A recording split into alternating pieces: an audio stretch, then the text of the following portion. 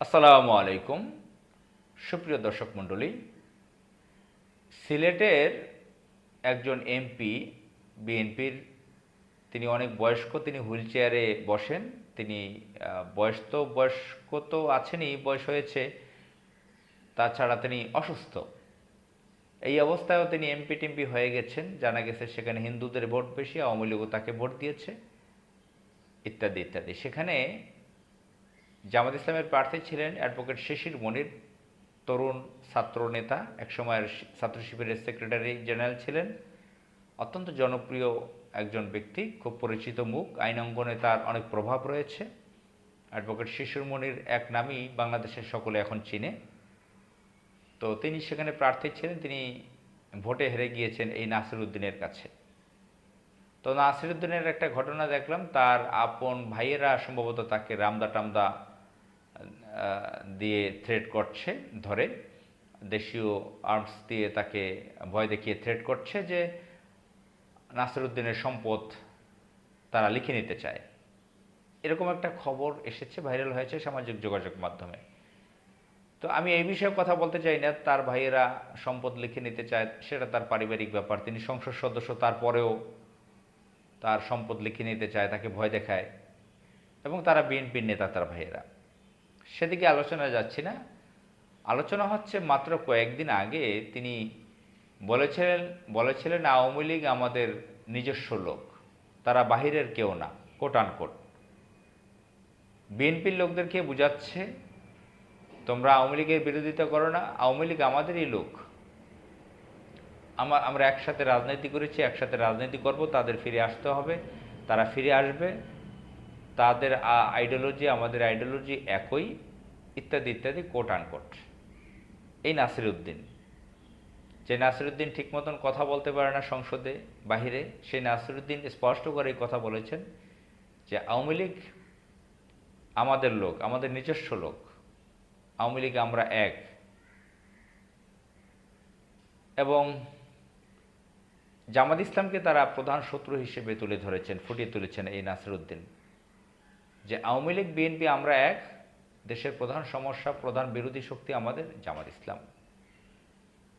তো এই কথাগুলো কি আপনারা চিন্তা করেন যে এই নাসির উদ্দিন কোন চিন্তা ভাবনা নিয়ে আছেন? শুধু নাসির উদ্দিন বিএনপির একজন একা এমপি? এরকম তো ডজন ডজন এমপিরা, অধিকাংশ এমপি হয় না যারা, এবং যারা এমপি হয়েছে বিএনপির অধিকাংশই তো এরকম। তারা প্রধান এনিমি, শত্রু বানিয়ে নিয়েছে জামাত ইসলামীকে, যেটা আওয়ামী লীগ বানিয়েছিল। অথচ এনিমি হওয়া উচিত ছিল আওয়ামী লীগ, যে পলাতক আওয়ামী লীগ, যারা হাজার হাজার মানুষকে, লক্ষ লক্ষ মানুষকে কিলিং করেছে, হত্যা করেছে, হাজার হাজার মানুষকে গুম করেছে, পুরো বাংলাদেশ রাষ্ট্রটাকে ধ্বংসের দ্বার প্রান্তে এনেছে, লুটপাট করেছে, আর্থিক সকল প্রতিষ্ঠানকে ভয়ানক রকমের লুটপাট করেছে, বাংলাদেশ রাষ্ট্রকে অকার্যকর বানিয়ে দিয়েছে, বিএনপিকে, খালেদা জিয়াকে স্লো পয়জন করে মেরে ফেলেছে, তার জীবনকে শেষ করে দিয়েছে, এবং বিএনপির রাজনৈতিক দলের ভিত্তিটাকে একদম শেষ করে দিয়েছে, বিএনপির লক্ষ লক্ষ নেতাকর্মীকে জেলে দিয়েছে, নির্যাতন করেছে, বাড়িঘর ছাড়া করেছে। তাদের প্রধান শত্রু হওয়া উচিত ছিল আওয়ামী লীগ, কিন্তু তারা প্রধান শত্রু হিসেবে জামাত ইসলামকে চিহ্নিত করেছে, এবং তারা বলছে যে আওয়ামী লীগ এবং আমরা এক। এরকম বিএনপির হয়তো সেই নিজামুদ্দিন, নামটা আমার স্পষ্ট খেয়াল আসছে না, তিনি লক্ষ্মীপুর এলাকার একজন এমপি, তিনি বিপ্লবের, জুলাই বিপ্লবের স্পিরিটের একজন ব্যক্তি, জুলাই বিপ্লবের পক্ষের একজন ব্যক্তি। তিনি আওয়ামী লীগের দুঃশাসন সম্পর্কে ভালো জানেন, তিনি প্রতিবাদ করেন। তার নামটা এখন এই মুহূর্তে পুরার নামটা খেয়াল আসছে না, খুব পরিচিত নাম, নিজাম নামটা সংক্ষিপ্ত নাম, যতটুকু মনে পড়ে। ওই ভদ্রলোক বিএনপির এমপি, তিনি কিন্তু আওয়ামী লীগের ব্যাপারটা সমালোচনা করেন, এবং অত্যন্ত জেন্টলম্যান তিনি, ভদ্রলোক তিনি, জুলাইয়ের স্পিরিটের পক্ষে, জুলাই বিপ্লবের পক্ষে। এরকম হয়তো দু চারজন পাওয়া যাবে বিএনপির মধ্যে।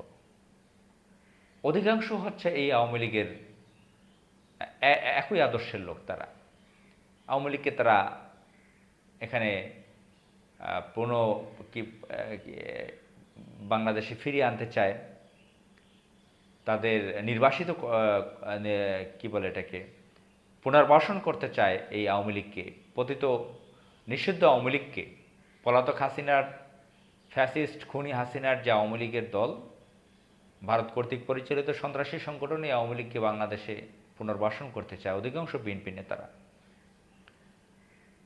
আজকে এই নাসিরুদ্দিনের কথায় স্পষ্ট কি হলো, একজন মাননীয় সংসদ সদস্য, অনারেবল মেম্বার অফ পার্লামেন্ট, সরকার দলীয়, তিনি যে আওয়ামী লীগ পালিয়ে গেছে লুটপাট করে, এদেশের একটা বিপ্লব হয়ে, একটা রিভলিউশন হয়ে পালিয়ে গেছে, রিভলিউশনের মাধ্যমে, সে আওয়ামী লীগকে সে নিজেদের লোক বলতেছে, জামাত ইসলামকে শত্রু হিসেবে তুলে ধরছে।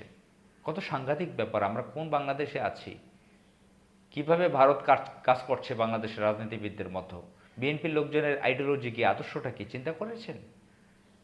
আসসালামু আলাইকুম।